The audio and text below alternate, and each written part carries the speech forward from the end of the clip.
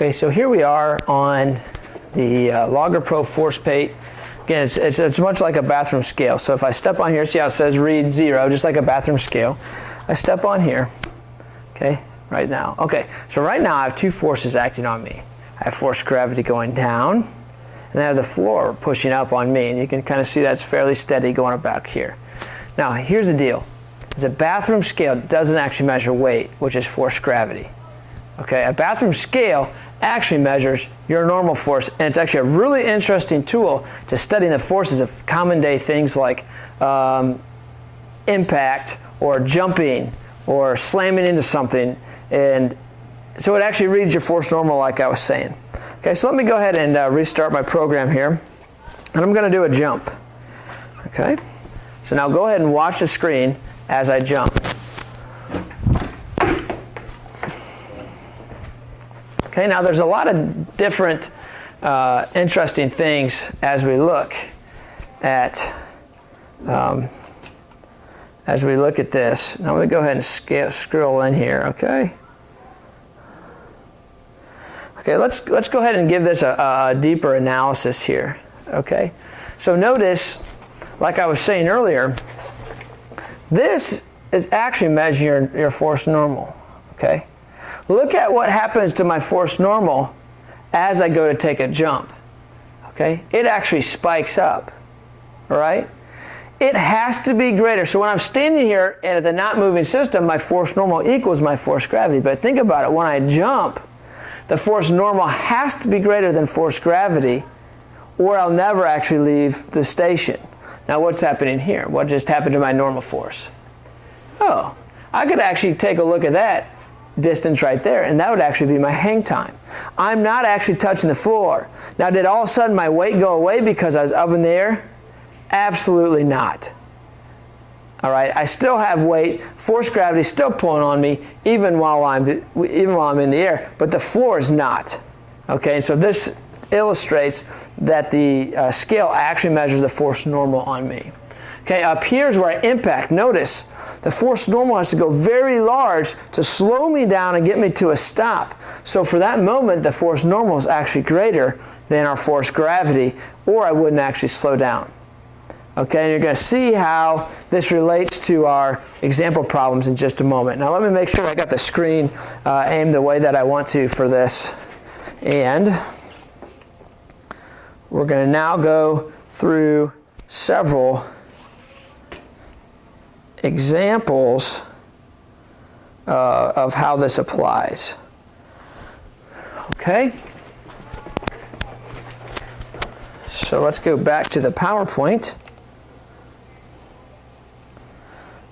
and go to this sheet right here, example problems.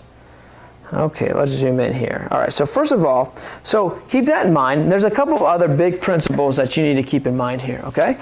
That will really help you as we look at these problems. Here's our major principles that you need to solve these problems.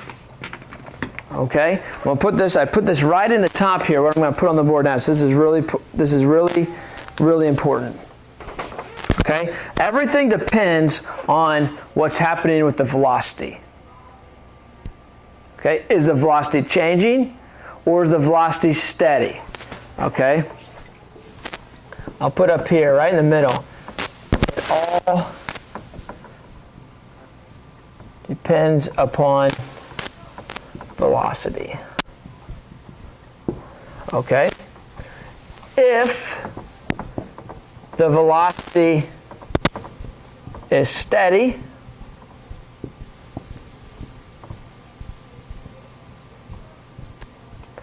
all right, force net, or the sum of all forces, equal to 0. That was our last unit, but you still may have to use it in this unit. I'm going to show you our first example problem actually. If, all right,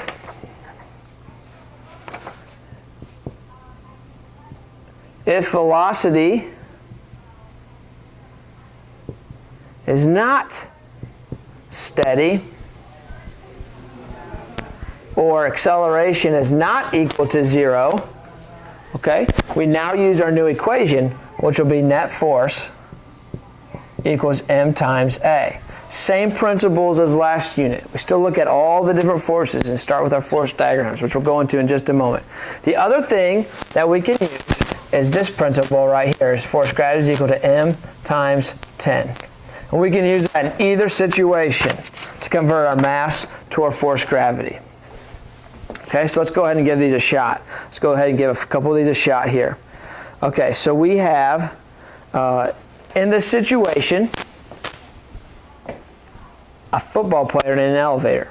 The football player is now going up, okay, with a constant speed of 2.5 meters per second. So we're going to draw a motion map. We're going to find the force that the floor exerts on the player. Now our first question is it steady speed or non-steady speed? We're going to use this principle over here because it says the velocity is constant. So let's go ahead and try that.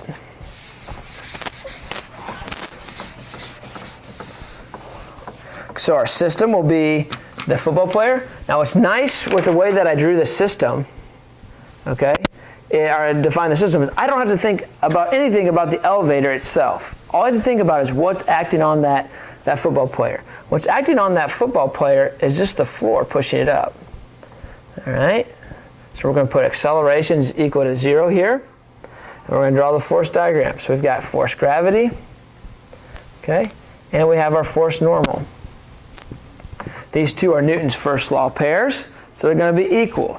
So my net force is equal to force normal plus force gravity, and we're trying to find this one right here. And we know that the person has a mass of 85 times 10, so that's 850 newtons. We're going to call it in the negative direction because it's pointing down. So we got force net 0 equals Fn minus 850. Force normal then is equal to 850. Very simple. What I'm doing there is just kind of establishing like a control. That's what we did last unit. Okay. I want you to see now we are building on last unit's concepts to get to our next problem. So let's go ahead and take a look at number 2. The elevator is now accelerating upwards at 2. Okay, so we're going to change this up a little bit. Speeding up. Acceleration's up like this. It says construct a force diagram and a motion map. Now this cannot be true this time. These two can't be equal, or that football player would never increase in speed. So I'm going to draw the force normal actually larger than the force gravity. Okay, so now we're going to come back to this situation, same situation. Force net equals force normal plus force gravity. And now instead of being equal to 0, our force net now is going to use the equation, that new equation today, ma equals force normal plus force gravity. Okay, direction here makes a big difference. Okay, so we know that the mass is 85. This is 2. It's our force normal minus our 850. Okay, so that's going to be 170 plus 850 equals our force normal, like so. So that's going to be 1,020 newtons in the positive direction. Okay, now that's cool. We got the answer. Now let's go ahead and give it a reality check.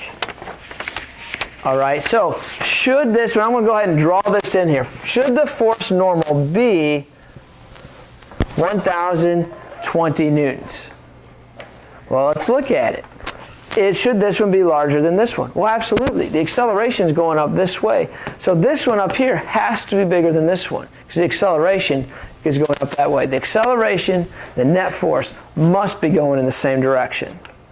And the motion map is an excellent tool to show how those two sync up. All right, let's try our third and fourth scenarios. Okay, upon reaching the top of the building, the elevator now accelerates downward at 3. Okay, we're going to ask the same questions. Okay, so now, which is going to be bigger, force gravity or force normal? Well, let's draw out the motion map. acceleration is down. That means the force of gravity has to be bigger than our normal force, like so. Okay, so we're going to go back to the end. Goes force normal plus force gravity. So this time we've got 85 times 3 equals Fn minus 850. Okay, so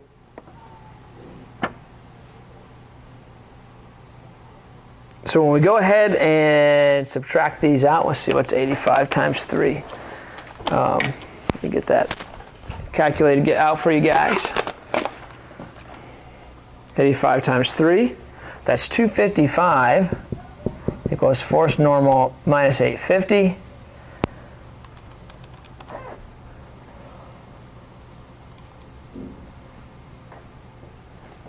I forgot one thing here, okay?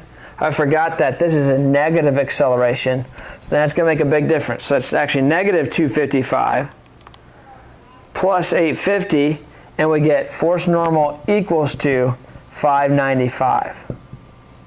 Okay, so let's sketch that in here and see if it makes sense in reality. Okay, should the 850 be bigger than the 595? Absolutely. And did we end up with a negative number? No. We end up with a positive number because it's still pointing up. Okay? All right. Situation 4. While descending, the unthinkable happens. Snap. All right? And now it begins to fall like so. So the question is, what's the force of the floor on that football player? Okay? So same acceleration here. Our question is, what is this value right here? Okay, very similar situation. Okay, now what's the acceleration? This is a free fall scenario, so now the acceleration is negative 10. So we've got 85 times negative 10 equals Fn minus 850. That's negative 850 equals Fn minus 850. So that means force normal is equal to 0. That's right. This actually goes away because that person and the elevator will actually be descending at the exact same rate. Okay, and so that floor will no longer be pushing up on that person. Okay, kind of an interesting little factoid. Okay, I'm going to do one more pause and be right back with you.